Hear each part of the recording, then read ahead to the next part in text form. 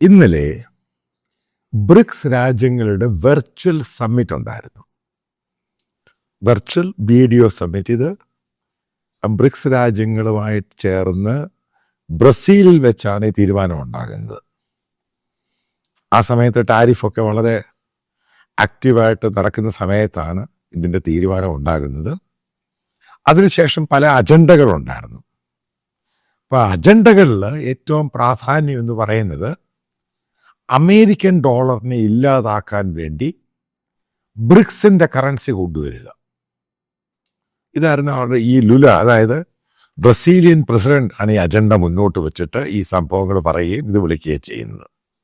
നിങ്ങൾക്കറിയാം പ്രധാനമായിട്ട് എത്ര രാജ്യങ്ങളാണ് ബ്രിക്സ് രാജ്യങ്ങളുടെ പ്രധാനപ്പെട്ട അംഗങ്ങൾ. Brazil, Russia, India, China. അതാണ് ബ്രിക്സ് എന്ന് പറയുന്നത്. അപ്പൊ ഈ സമ്മിറ്റില് അതായത് ഇന്ത്യൻ പ്രധാനമന്ത്രി ചൈനയിൽ നിന്ന് പോയിട്ട് വന്നു. പുടിനെ അതേപോലെ ചൈനീസ് പ്രസിഡന്റിനെയും കെട്ടിപ്പിടിച്ചിട്ട് വലിയ സംഭവമായിട്ട് ഇന്ത്യൻ മീഡിയ പറഞ്ഞു. അവിടുത്തെ ആ സാധനങ്ങളും അവിടെ അണ്ണാക്കിൽ കയറുന്ന ആയുധങ്ങളെല്ലാം കണ്ട് വരണ്ടുപോയി. അത് സത്യമാണ്. ഇതൊക്കെ യാഥാർത്ഥ്യമാണ്.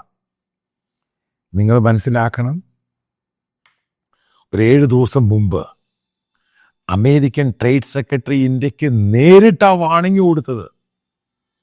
എന്തായിരുന്നു വാണിംഗ് കൊടുത്തത്? ബ്രിക്സിൽ നിന്നും ഇന്ത്യ പിന്മാറണം, അമേരിക്കയോട് അപ്പോളജി ചെയ്യണം. കറക്റ്റ് വാണിംഗ് ആയിരുന്നു. അതിനെതിരെ ശശി തരൂരാ പറഞ്ഞേക്കുന്നത് ഇന്ത്യ ഗവൺമെന്റിന്റെയും ഗവൺമെന്റ് ക്യാബിനറ്റും ആൾക്കാർ മിണ്ടിയില്ല. പേടിച്ചിട്ട്. ആ വാക്കാണ് ഉപയോഗിക്കുന്നത്, പേടിച്ചിട്ട് മിണ്ടിയില്ല.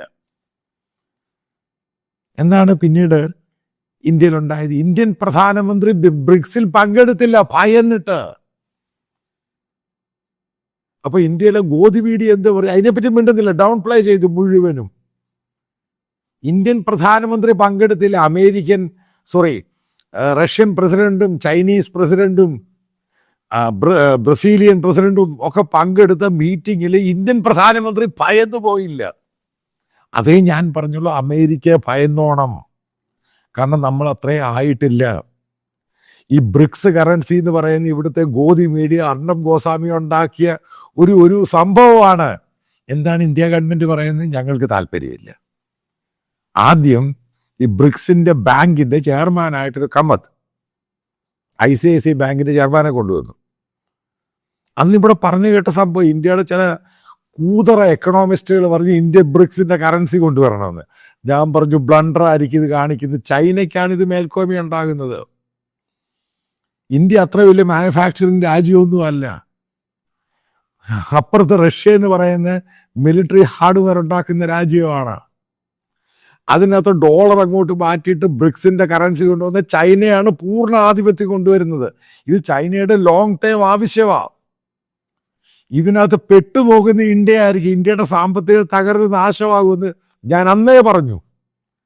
പക്ഷെ ഇവിടുത്തെ സോക്കോൾഡ് ഗോധി മീഡിയകളൊക്കെ വെച്ചങ്ങനത്തി. ബ്രിക്സിന്റെ കറൻസി, ആ കറൻസി, ഈ കറൻസി. ഇന്ത്യയുടെ റിസർവ് മുഴുവനും ഡോളറിലാണ്. ആ ഡോളറെ മാറ്റിയിട്ട് അപ്പൊ അത് ഇന്ത്യൻ കറൻസി എന്നൊക്കെ ചില ഇന്ത്യൻ പഴയ നീതി ആയോഗിന്റെ ചെയർമാൻ, അത് മലയാളിയായ IAS ഓഫീസർ, അയാളും വെച്ചടിച്ചു. പൊട്ടത്തരം മാത്രമാണ് വിളിച്ചു പറയുന്നത്. എങ്ങനെയാണ് മുന്നോട്ട് പോകുന്നത് ഇതിനെപ്പറ്റി ആർക്കും ഒരു ധാരണ വേണ്ട. പറയുന്ന എല്ലാം വിഡ്ഢിത്തരം. അവസാനം ഇന്ത്യൻ പ്രധാനമന്ത്രി പങ്കെടുത്തില്ല. എന്താ കാരണം? കാരണം അറിയാം, ഇനി ഫർദർ കളിച്ചു കഴിഞ്ഞാൽ അടുത്ത വേറെയും കുറച്ച് പരിപാടി കിട്ടും. ഒന്നാമത് ഇപ്പം കയ്യാലപ്പുറത്തെ തേങ്ങ പോലെ ഇരിക്കുകയാണ് ഇന്ത്യയുടെ എക്കോണമി, ഇന്ത്യയുടെ ജോലി. അമേരിക്കൻ കമ്പനികൾ, ഞാൻ നേരത്തെ ഒരു വീഡിയോ പറഞ്ഞ് നിങ്ങൾക്ക് ഓർമ്മയുണ്ട്, എത്ര റഷ്യൻ കമ്പനികളും ചൈനീസ് കമ്പനികളുമാണ് ഇത്രയും ജോലി ഇന്ത്യക്ക് തരുന്നത്. ഇന്ത്യയുടെ ഡിമാൻഡ് ജോബാണ്. അത്ര വലിയ ജനസംഖ്യയാണ്, അത്രയും ആൾക്കാരാണ് ഓരോ വർഷവും ജോലിക്കായിട്ട് പുറത്തു വരുന്നത് പഠിച്ച്. ഇവർക്കൊക്കെ എവിടുന്ന് കൊണ്ടുപോയിട്ട് ജോലി കൊടുക്കും? ഈ പറയുന്ന അമേരിക്കയായിട്ട് പിണങ്ങിക്കഴിഞ്ഞാൽ അമേരിക്ക കയറ്റം. ഈ പറയുന്ന ഈ ഇഷ്യൂവിൻ്റെ പേരിലാണ് H1B വിസ പോലും ഇഷ്യൂ ആയേക്കുന്നത്. ഇപ്പോഴാണ് ഇന്ത്യൻ പ്രധാനമന്ത്രിക്ക് ആരോ കാര്യമായിട്ട് പറഞ്ഞു കൊടുത്തു, ഈ പോക്ക് ശരിയല്ല.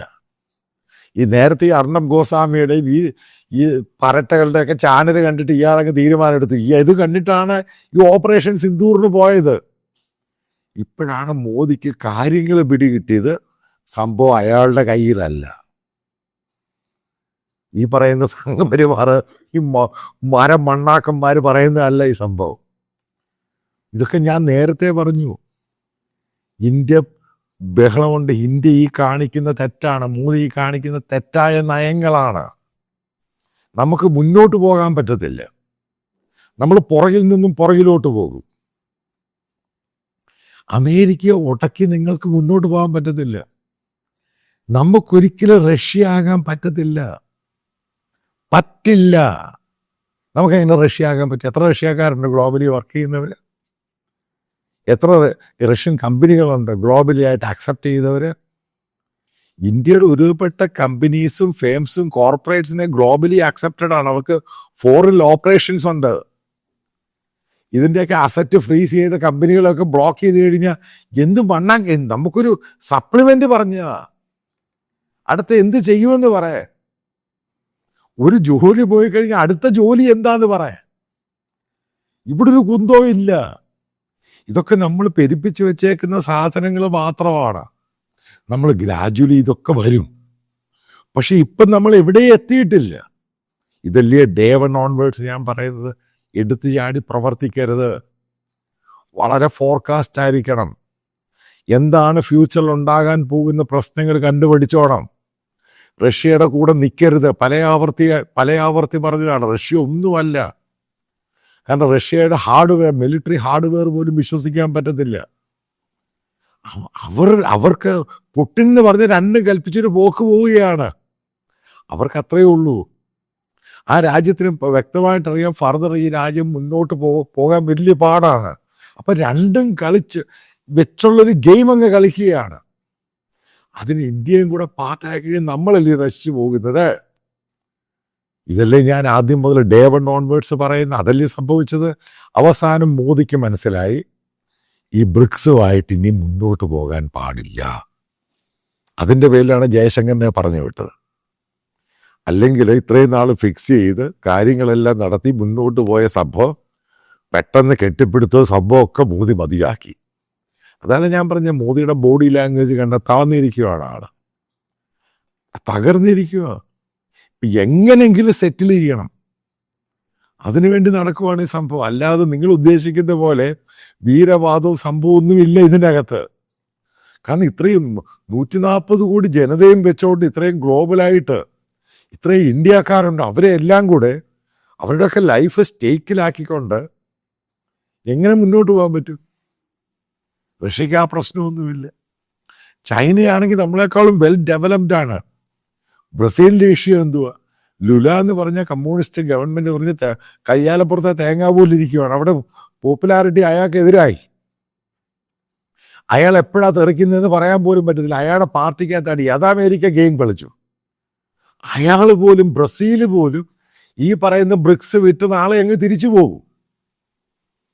ഇതാണ് ഉണ്ടാകാൻ. അത് ബ്രിക്സിന്റെ ഭാവി എന്ന് പറയുന്നത് പൊളിഞ്ഞു പോകും.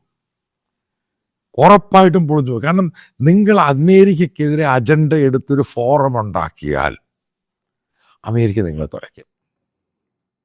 അതാണ് ആ രാജ്യം ചെയ്യുന്നത്. കാരണം അവർ ലോകത്തെ അങ്ങനെ ഭരിക്കുന്നത്. അവർക്കെതിരെ ഏതെങ്കിലും ഫോറമോ കോർഡിനേഷനോ സംഭവങ്ങളോ വന്നു കഴിഞ്ഞാൽ അവരെ തുലയ്ക്കും. ഇത് തന്നെയല്ലേ ബ്രിക്സിൽ സംഭവിച്ചത്. ഇന്ത്യ പിന്മാറിക്കഴിഞ്ഞാൽ പിന്നെന്ത് ബ്രിക്സാ? ബ്രിക്സ് ഇല്ല, അത്രയേ ഉള്ളൂ. ബ്രിക്സ് രാജ്യങ്ങൾ തമ്മിലുള്ള ട്രേഡ് എന്ത് കുന്തം ട്രേഡാ. ഈ ബ്രിക്സ് രാജ്യങ്ങൾ ഏറ്റവും കൂടുതൽ ട്രേഡ് നടത്താൻ അമേരിക്കയായിട്ട്. ഇവരീ പറയുന്ന ഇപ്പം മറ്റുള്ള രാജ്യങ്ങളുടെ ട്രേഡ് വളരെ കുറവാണ്. ഇവരൊക്കെ ട്രേഡിംഗ് പാർട്ട്ണർ എന്ന് പറയുന്ന, ബിസിനസ് പാർട്ട്ണർ എന്ന് പറയുന്നത് US ആണ്.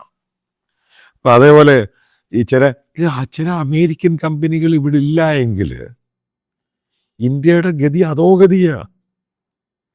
അത് ആദ്യം മനസ്സിലാക്കുക. അതുമായി ബന്ധപ്പെട്ട് അവരിവിടെ പല ഔട്ട്സോഴ്സും പരിപാടിയൊക്കെ ഇന്ത്യ വലിയ കാര്യമാണ് സത്യം പറഞ്ഞാൽ. അത് ഞാൻ കൃത്യമായിട്ട് പറയാം. കാരണം അമേരിക്കയിൽ ഞാൻ പോയി കഴിയും പല അവിടുത്തെ പൊളിറ്റീഷ്യൻസിനോടും അവരോടൊക്കെ സംസാരിച്ച് ഇന്ത്യൻസിന് അവർക്ക് വലിയ താല്പര്യത്തിൻ്റെ കാര്യം കാരണം ഇന്ത്യക്കാർ നല്ലപോലെ ജോലി ചെയ്യും. രണ്ടാമത് അവർക്ക് യാതൊരു പ്രശ്നവുമില്ല. ഈ ഡയസ്പോറ ചില പള്ളിപ്പെരുന്നാളോ സ്വാതന്ത്ര്യ സമയം അവിടെയൊക്കെ പ്രശ്നം, അവർക്കതൊന്നും പ്രശ്നമൊന്നുമല്ല. അതായത് ഇന്ത്യയുടെ ഒരു നാച്ചുറൽ പാർട്ട്ണറാണ് അമേരിക്ക എന്ന് പറയുന്നത്.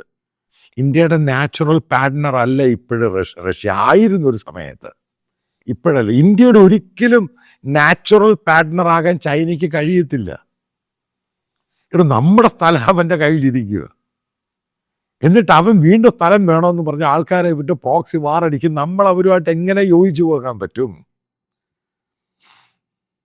ഇപ്പൊ എന്താ ഇപ്പൊ ഞാൻ നേരത്തെ പറഞ്ഞ പോലെ തന്നെ ഇന്ത്യൻ പ്രധാനമന്ത്രിക്ക് കാര്യങ്ങൾ പിടികിട്ടി. അതിൻ്റെ പേരിലാണ് പല ആൾക്കാരെയും വിട്ട് അമേരിക്കൻ പ്രസിഡന്റുമായിട്ട് സംസാരിക്കുന്നത്. എങ്ങനെയെങ്കിലും ഒരു വാതിൽ തുറക്കണം. കാരണം ലോക രാജ്യങ്ങൾ ഒന്നടങ്കം നമുക്കെതിരായി. ഓസ്ട്രിയ ഗുണ്ടർ എന്ന് പറയുന്ന ആൾ എക്കണോമിസ്റ്റ്. അപ്പോൾ അയാളുടെ ഒരു വീഡിയോ വൈറലായിട്ടുണ്ട് സോഷ്യൽ മീഡിയയിൽ. അയാൾ പറയുന്നത് ഞങ്ങളൊക്കെ ഇത്രമാത്രം ഇന്ത്യയെ എല്ലാ രീതിയിലും സഹായിക്കുകയും ഹെൽപ്പ് ചെയ്യുന്നു, അവരുടെ സഹായം ഞങ്ങൾക്കും കിട്ടുന്നു. ഇവർക്ക് അങ്ങനെ ഒരു കില്ലറായ പുട്ടിനെ അനുകൂലിക്കാൻ സാധിക്കും. അതായത് പറയാൻ പോകുന്നൊരു കാര്യമുണ്ട്. ബ്രിക്സിൻ്റെ അതോട് ഒരു ലക്ഷണം വന്നു. അതായത് നമുക്കൊരു സിംറ്റംസ് വന്നു. ഇന്ത്യ ഗവൺമെൻറ് കൂടിപ്പോയ ഒരു മാസം കഴിഞ്ഞാൽ പിന്നെ റഷ്യൻ ക്രൂഡ് മേടിക്കത്തില്ല. ഇന്ത്യ സമയം ചോദിച്ചിട്ടുണ്ട് ഈ അമേരിക്കയോടും യൂറോപ്യൻ രാജ്യങ്ങളോട്. കാരണം ഈ ഏകദേശം 36-37% റഷ്യൻ ക്രൂഡാണ് വാങ്ങുന്നത്. അപ്പോൾ അതുമായി ബന്ധപ്പെട്ട് ഇന്ത്യയുടെ ഒരു ഡിമാൻഡ് എന്ന് പറയുന്നത് സമയം വേണം. കാരണം കോൺട്രാക്റ്റ് മറ്റുള്ള രാജ്യങ്ങളിലോട്ട് കൊടുക്കാനും ഷിപ്പിംഗ് കമ്പനികൾക്ക് കൊടുക്കാൻ അതിൻ്റെ ഒരു സമയമാണ് ചോദിച്ചിരിക്കുന്നത്. മനസ്സിലാക്കുക, വ്ളാദിമിർ സെലൻസ്കി പോലും ഇന്ത്യ തള്ളിപ്പറഞ്ഞ ഉക്രൈനിയൻ പ്രസിഡന്റ്. അപ്പം അയാൾ തളഞ്ഞു. കാരണം ഇന്ത്യയായിട്ട് നീ പറയുന്ന നരേന്ദ്രമോദി തന്നെയാണ് ട്വീറ്റുകളിലൊക്കെ പറഞ്ഞിരിക്കുന്നത്. ഉക്രൈനിയൻ പ്രസിഡന്റുമായിട്ട് സംസാരിച്ചു, അത് ഇത്. ഇവരൊക്കെ ഡിമാൻഡ് ചെയ്യുന്ന ഇന്ത്യ ഇവരോട് വാങ്ങരുത്. അവർക്ക് ചൈനയുടെ കാര്യത്തിലൊന്നും പ്രശ്നമൊന്നുമില്ല. കാരണം ഈ രാജ്യങ്ങൾക്കൊന്നും ചൈനയായിട്ടൊന്നും വലിയ അവർ ഡിസ്കണക്ട് ചെയ്യാൻ തയ്യാറാണ്. ഇതാണ് അതിൻ്റെ യാഥാർത്ഥ്യം എന്ന് പറയുന്നത്. അല്ലാതെ ഇവിടെ നിന്ന് ഈ ഇവിടുന്ന് ഒന്നുമല്ല യാഥാർത്ഥ്യം. അതായത് ഗ്ലോബൽ എറീനയെ പോയി വായിച്ചു കഴിഞ്ഞാൽ ഇന്ത്യയുടെ പ്രാധാന്യമുണ്ട്. ആ പ്രാധാന്യം കുറയരുത്. കാരണം അവരെല്ലാം കരുതുന്നത് ചൈനയെ കൗണ്ടർ ചെയ്യാനാണ് ഇന്ത്യയെ കൊണ്ടുവരുന്നത്. അതുകൊണ്ട് ഇന്ത്യയെ എല്ലാ രീതിയിലും സഹായിക്കണം. ആ ഇന്ത്യ പോയിട്ട് ഈ റഷ്യയുമായിട്ട് ഉക്രൈൻ വാറിൽ പോയത് തെറ്റാണ്. തെറ്റ് തന്നെയാണ്, അബദ്ധമാണ് കാണിച്ചേക്കുന്നത്. എന്നിട്ട് ഇത് ആർക്കായി പ്രയോജനം കിട്ടിയത്? ഏതെങ്കിലും ഇന്ത്യക്കാരന് ഇതിൻ്റെ പ്രയോജനം കിട്ടിയോ? അംബാനിക്കോ അഡാനിക്കും കുറച്ച് മുതലാളിമാർക്ക് വേണ്ടിയാണ് ഗവൺമെൻറ് ഓഫ് ഇന്ത്യ ചെയ്തിരിക്കുന്നത്. ഇന്ത്യക്ക് കുറച്ച് ഫോറിൻ കറൻസി കിട്ടും, സത്യമാണ്. അപ്പം അതുകൊണ്ട് നമ്മുടെ മറ്റുള്ള റിലേഷനും ബന്ധമെല്ലാം തൊലയ്ക്കണോ? കാരണം ഇന്ത്യക്ക് ഈ സാധനം മറ്റുള്ള സ്ഥലങ്ങളിൽ നിന്ന് അവൈലബിൾ ആണ്, എടുക്കാൻ സാധിക്കും. ഒരു ഈ പറയുന്ന വലിയ ലോങ് ടൈം ഒന്നും അല്ല ഇത്. അതായത് വാറ് നിർത്തുക എന്ന് പറയുന്നത് ഈ രാജ്യങ്ങൾക്ക് ആവശ്യമാണ്. വാറ് മുന്നോട്ട് കൊണ്ടുപോകുക എന്നത് ചൈനയുടെ ആവശ്യമാണ്. ഇന്ത്യക്ക് വാറ് മുന്നോട്ട് കൊണ്ടുപോകാൻ താല്പര്യമില്ല. അത് ഇന്ത്യൻ ട്രേഡിനെ ബാധിക്കുകയാണ്. അങ്ങനെയൊക്കെ ഇപ്പം ഇതൊക്കെ നോക്കുവാണെങ്കിൽ ബ്രിക്സിൽ നിന്നും മനസ്സിലാക്കാൻ സാധിക്കുന്നത്, ഇന്ത്യ ബ്രിക്സിൽ നിന്നും മാറുകയാണെങ്കിൽ ബ്രിക്സിന് പ്രസക്തിയില്ല. ബ്രിക്സ് കറൻസി എന്ന് പറയാൻ ചുമ്മാ അടിച്ചുണ്ടാക്കിയ ഒരു സംഭവം മാത്രം. അതിൻ്റെ അത് യാതൊരു കാര്യവുമില്ല. ഇന്ത്യ എന്ന് പറയുന്ന ഇന്ത്യൻ കറൻസി നിൽക്കുക, മറ്റുള്ള കറൻസികൾ ഡോളറിലും ട്രേഡ് നടത്തുക. ഇന്ത്യൻ കറൻസി സ്ട്രെങ്തൻ ചെയ്യണമെങ്കിൽ ഇവിടെ ശരിക്കും മാനുഫാക്ചറിങ്ങും ശരിക്കും എക്സ്പോർട്ട് ഉണ്ടാകണം. ഇത് വലിയൊരു ഹബ്ബായിട്ട് മാറണം. അതാണ് ഇന്ത്യ ആദ്യം ചെയ്യേണ്ടത്. അല്ലാതെ ഈ ചൈനയ്ക്ക് വേണ്ടി കറൻസി മാറ്റാനൊക്കെ പോയി കഴിഞ്ഞാൽ തൊലയുന്നത് നമ്മൾ തന്നെയാണ്. അതാണ് ബ്രിക്സും അമേരിക്കയും തരുന്നൊരു പാഠം.